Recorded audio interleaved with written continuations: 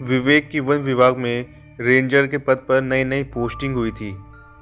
गांव में उन्हें जो सरकारी आवास मिला वो काफ़ी पुराना था। खैर, विवेक को तो कोई फ़र्क पड़ने से रहा, लेकिन बाथरूम की कंडीशन देख उसकी शहरी पत्नी रिया ने तो नाक भी सिकोड़ लिए। अपने जर्जर घर को देखकर वो थोड़ा दुखी और विवेक पर नाराज़ हो रही थी। नाराज़गी वाजिब थी, क्योंकि एक तो गांव और उस पर ऐसा घर। रिया ऐसे माहौल में रहने की आदी नहीं थी। विवेक ने आश्वासन दिया कि एक हफ्ते में बाथरूम के साथ मकान की भी मरम्मत कर वो ठीक करवा देंगे।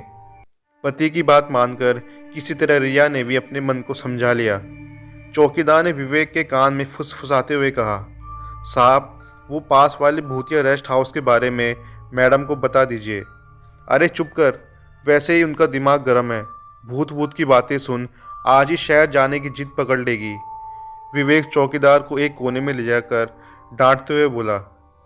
चौकीदार ने नए मकान में सामान रखवाया और बाहर आ गया। उसने बाजू के उस रेस्ट हाउस को डरते हुए देखा और सोचने लगा, पता नहीं अब क्या होने वाला है। वो चुड़ैल तो इस रेस्ट हाउस के पास से गुजरने वाली कई औरतों को अपना शिकार बना चुकी है। ये लोग इसी भूतिया रेस्ट हाउस के बगल में रहने वाले हैं। ईश्वर इनकी रक्षा करना। रेस्ट हाउस का डर गांव वालों के मन में इस कदर हावी था कि किसी ने भी वहां का मकान नहीं बनाया। जिनके मकान थे वो लोग घर छोड़कर कुछ दूर बस गए। कुछ लोगों ने उस ओर खुलने वाले खिड़की दरवाज़ों के साथ रास्ते भी बदल दिए।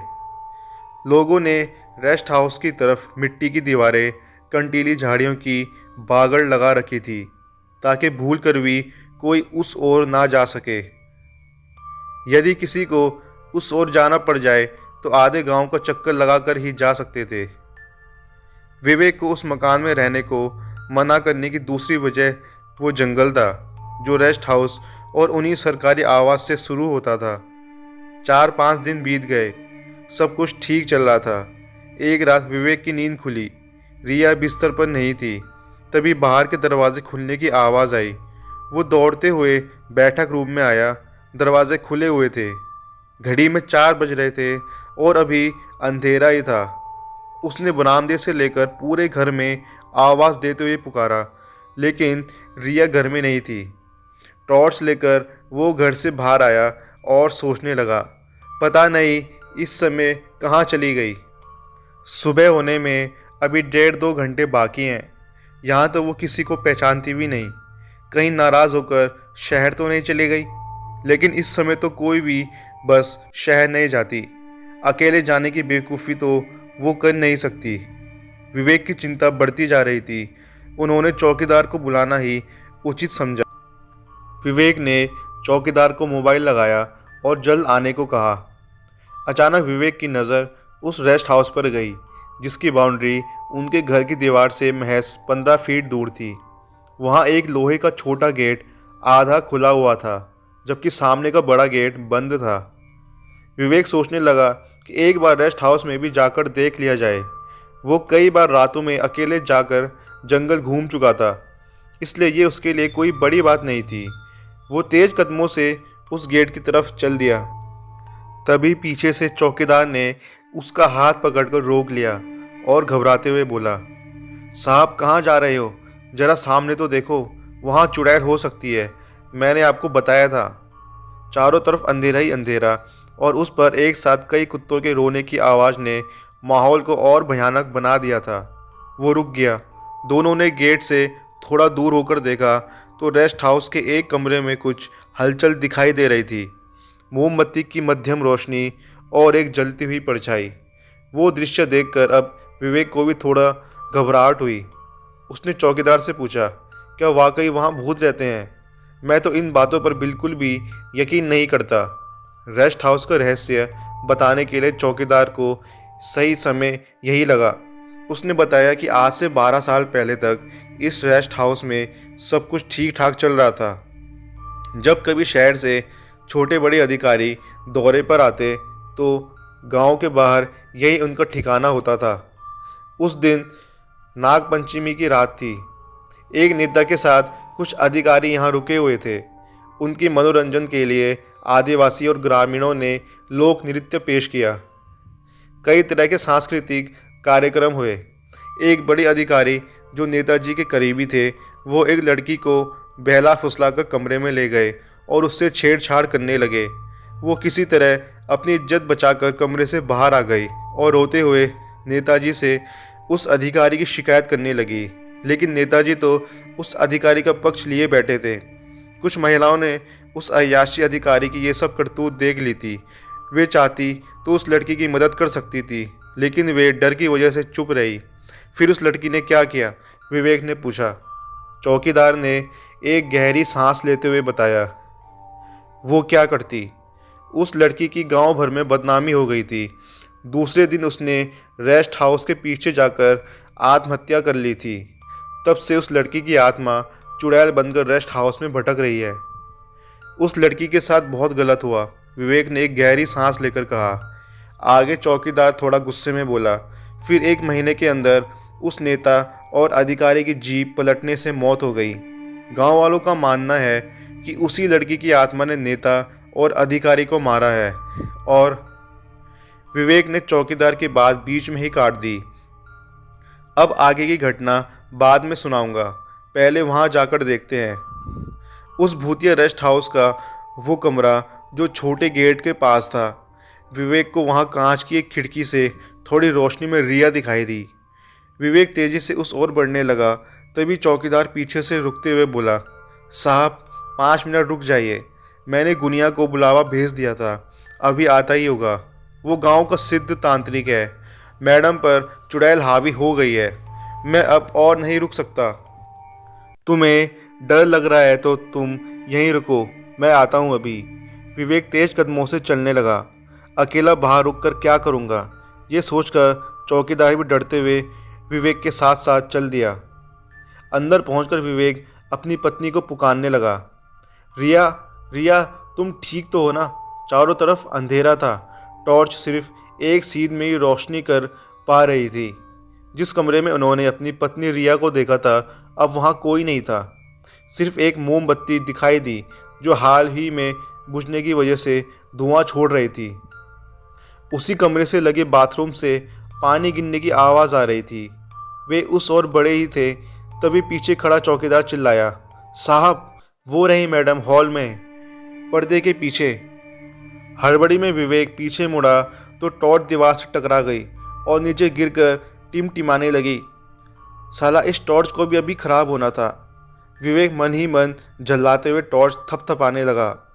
जलती बुझती रोशनी के बीच विवेक ने पर्दे के पीछे छिपी रिया को पकड़ना चाहा, लेकिन वो बिजली की फुर्ती से भागने लगी। विवेक पीछे से सिर्फ रिया की साड़ी का पल्लू ही पकड़ पाया, लेकिन वो भी उसने झटक कर छुड़ा लिया और देखते ही देखते अंधेरे में उसकी पत्नी कहीं खो गई। विवेक पैर पटक कर खिसियाते हुए वहीं खड़ा हो गया। चौकीदार मोबाइल टॉर्च घुमाते हुए बोला, देखा साहब, मैडम कितनी फुर्तीली हो गई हैं, ये सब उस चुड़ैल का असर है। हे भगवान, पता नहीं ये सब क्या हो रहा है। विवेक के चेहरे पर गुस्सा और हताशा साफ झलक रही थी।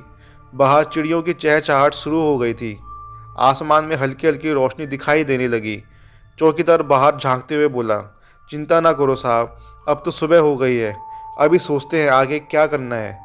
करना क्या है, पहले पुलिस थाने चलते हैं, पता नहीं रिया को क्या हो गया है, फिर कोई डॉक्टर को दिखाते हैं। दुख से विवेक का गला भर आया। वे दोनों रेस्ट हाउस के बाहर आ गए। दूर से उन्हें तांत्रिक आता दिखाई दिया। काले कपड़े, बड़े बड़े बाल और गले में छोटी बड़ी कई मालाएं। शरीर से थोड़ा नाटा किंतु काफ़ी स्थूल था। वो साहब को तो पहचानता नहीं था, इसलिए चौकीदार से बुलाने की वजह पूछी। चौकीदार ने भी तांत्रिक को एक बार में ही रेस्ट हाउस में मैडम के गायब होने की घटना सुना दी। तांत्रिक कुछ कहता इससे पहले ही घर के दरवाजे से रिया आती दिखाई दी। विवेक की खुशी का ठिकाना नहीं रहा, किंतु चौकीदार और तांत्रिक के चेहरे पर संशय बाकी था। रिया पास आकर हैरानी से पूछने लगी, इतनी सुबह सुबह आप बाहर क्या कर रहे हैं? थैंक गॉड तुम मिल गई। विवेक बहुत खुश था। फिर थोड़ा गुस्से में बोला, कमाल करती हो तुम, बगैर बताए कहीं भी चली जाती हो। और तुम इस भूतिया रेस्ट हाउस में क्या कर रही थी? भूतिया रेस्ट हाउस? रिया चौंकते हुए बोली, फिर मुंह पर हाथ रखकर खिलखिलाकर हंसने लगी। चौकीदार ने साहब के कान में फुसफुसाते हुए कहा, साहब चिल्लाकर मत बोलिए, मैडम अब आपकी पत्नी नहीं है, उनके अंदर उस लड़की की आत्मा है। गुनिया, तांत्रिक को अपना काम करने दीजिए। तांत्रिक ने आंख बंद कर कुछ मंत्र बुदबुदाए और फिर बोला, मैडम के ऊपर कोई चुड़ैल का साया नहीं है, वो ठीक है। चौकीदार आश्चर्य हुआ। गुनिया तांत्रिक से पूछा, क्या बात करते हो महाराज, भला ये कैसे हो सकता है? गांव की कोई भी स्त्री इस रेस्ट हाउस के नज़दीक से गुजर जाए तो चुड़ैल उससे शिकार बना लेती है। और फिर मैडम, तांत्रिक ने चौकीदार की बात काटते हुए कहा, वही तो हम कहना चाहते हैं, सिर्फ और सिर्फ गांव की औरतों को ही वो चुड़ैल अपना दुश्मन समझती है जो उसकी मौत की वजह बनी थी। इतना कहकर तांत्रिक कुछ मंत्र बुदबुदाता चला गया। चलो एक बात तो साफ हो गई, रेस्ट हाउस से आप लोगों को कोई खतरा नहीं है, चौकीदार खुश होकर बोला और अपने घर चला गया। विवेक अपनी पत्नी के साथ वहीं बरामदे में बैठ गया। अखबार पढ़ते हुए भी विवेक की नज़र बार बार उस रेस्ट हाउस पर ही जा रही थी। रात वाली घटना को वो भूल नहीं पा रहा था। भूत, चुड़ैल, लड़की, मौत, ये सब क्या है? रिया ने थोड़ा घबरा कर विवेक की ओर देखते हुए पूछा।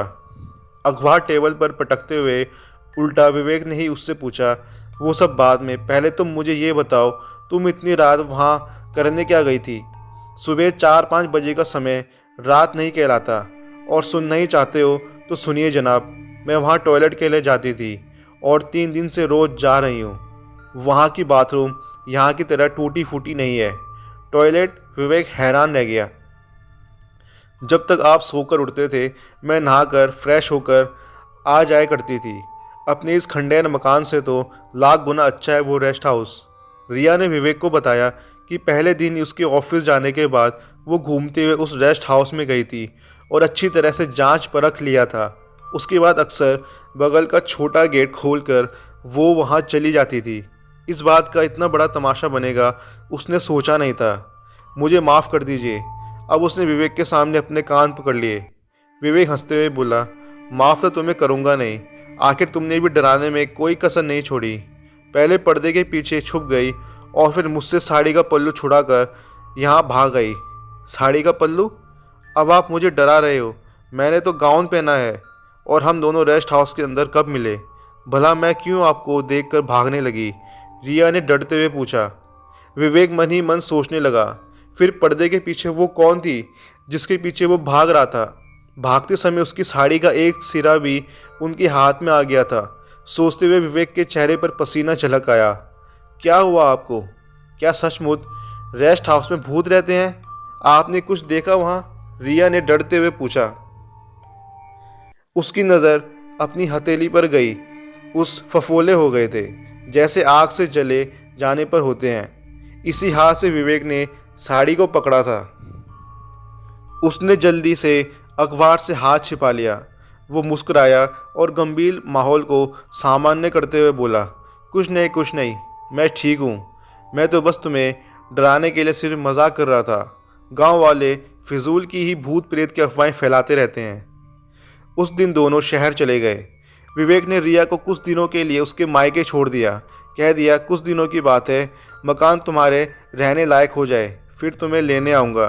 वैसे भी इतना सब कुछ हो जाने के बाद वो खुद एकांत और सुकून चाहता था। तो दोस्तों, ये थी आज की कहानी। तो मिलते हैं आपको अगली वीडियो में।